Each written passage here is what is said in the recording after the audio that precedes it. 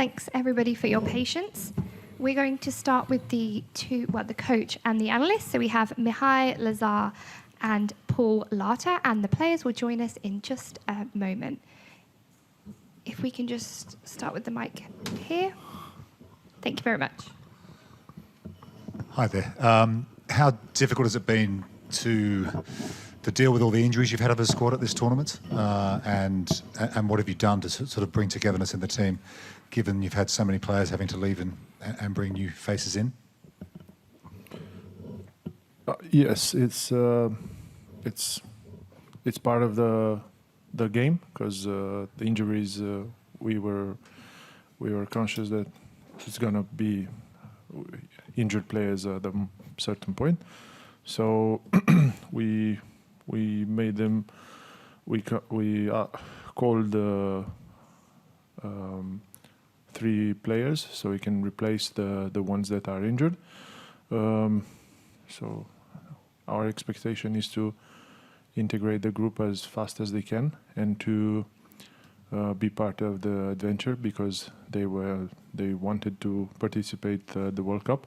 So it's a good opportunity for them to show that they deserve to be here and to have a experience which they can build on from now on. Yes, it's difficult, but we manage it. It's part of our game. And Paul, you obviously know the opposition pretty well. What have you looked at in terms of Scotland and areas that you might be able to try and expose tomorrow?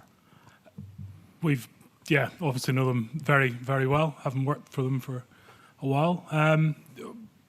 They're not going to change the way they play.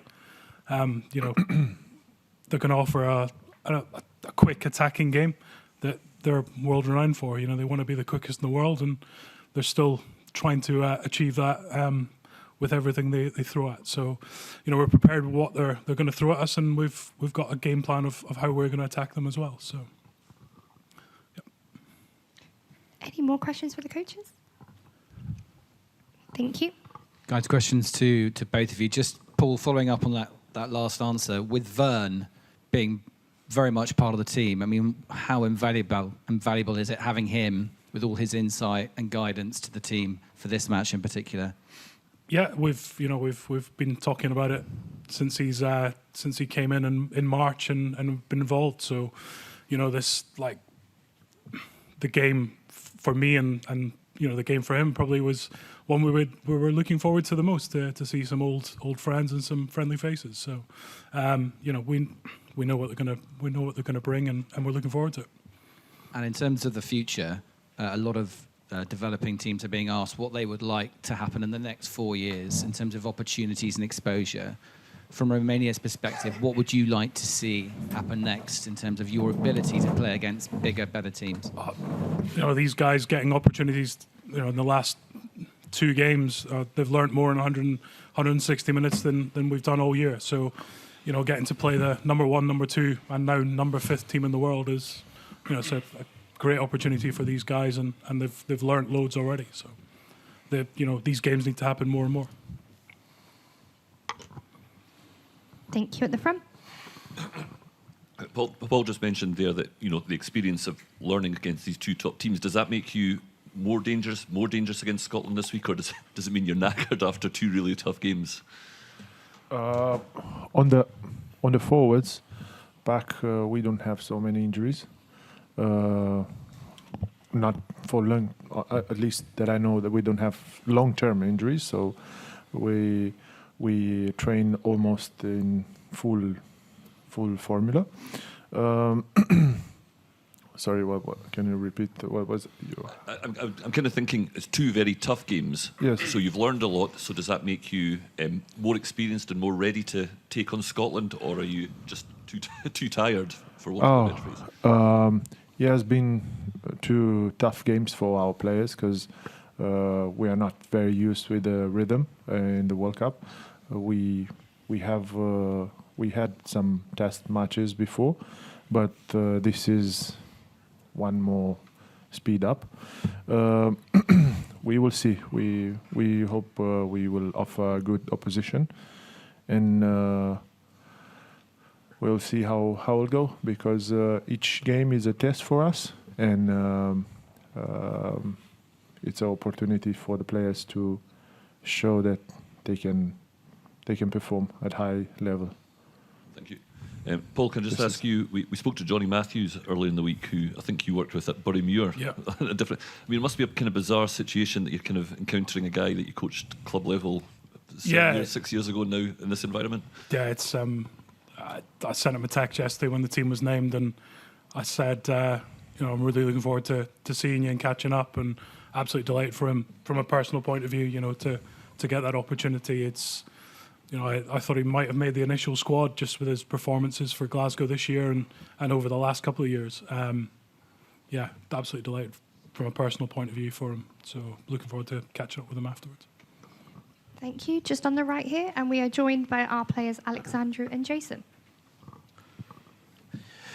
Si vous permettez, j'ai posé ma question en français, parce que mon anglais est très mauvais. J'ai deux questions. La première, vous disputez vos 2 derniers matchs ici à Lille. Je crois que vous allez rester ici à Lille plutôt que repartir à Libourne.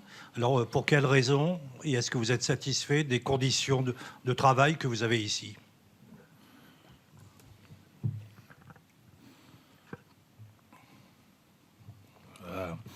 Yes, I have good condition here, and Lille is a nice city. The team is good. You want to play this game very good, and you want to don't play individual players. You want to play at team. Yes, here is good. Everything is good here. Thank you. Ma deuxième question est différente. World Rugby envisage d'étendre la prochaine Coupe du Monde à 24 équipes. Alors, la Roumanie, qui est 19e nation mondiale, je crois, qu'est-ce que vous pensez de cette proposition? Yeah, it's good opportunity for every small team and from every small country. But for us, it's good to demonstrate now what to do this game from the next World Cup. Thank you. Like to go again? Yeah. A question for Jason. Jason, you're one of many players that have moved to Romania to play their rugby. Can you tell us a bit about your journey and how that came about, and give us a bit of an insight into the culture of rugby in Romania? Yeah, I've been playing in Romania for, I think this is my 6th season now. When I first came to Romania, I didn't have any thoughts of playing for the national team. 3 years went past so fast and got the opportunity to play. Romania is a beautiful place. I call it my second home now. It's my wife and child, we all live there now. So, it's been a blessing in disguise, I guess. So, I'm very, very blessed and honoured to don the jersey. Thank you. Any more questions from the floor? Yeah, just at the front. Yeah, just another question for Jason, really. It was obviously an incredibly difficult start to the tournament with the 2 games against Ireland and South Africa, but when you guys were planning for the World Cup, did you look at the games against Scotland and Tonga as the games where ultimately you could try and be more competitive? Yeah, for sure. First 2 games, it's going to be really physical. A good test for us, good challenge for us boys, A lot of our boys are, this is our first World Cup here. We have a young team. And, just to verse the number 1 in the rating champs is also another, great challenge for us too. And, of course, we've been watching Tonga and Scotland. Each game we want to improve on our craft and try and better ourselves. Thank you. Over to the left. Yeah, and Mikhail, I've just been reminded by your media manager that you scored a try against Scotland in 2011 at the Rugby World Cup. Are you able to impart any of those memories to motivate the team for tomorrow? Yeah, it was my debut at the World Cup, my first time when I played a game. It's a while since then. Now I'm nervous. Have emotion. So, yeah, I would like to give my enthusiasm to the players, and it's now just a memory. It's up to them to show what they can do on the pitch and make us proud. Thank you. Any more questions from the floor? No, we will end there. Thank you very much, everybody.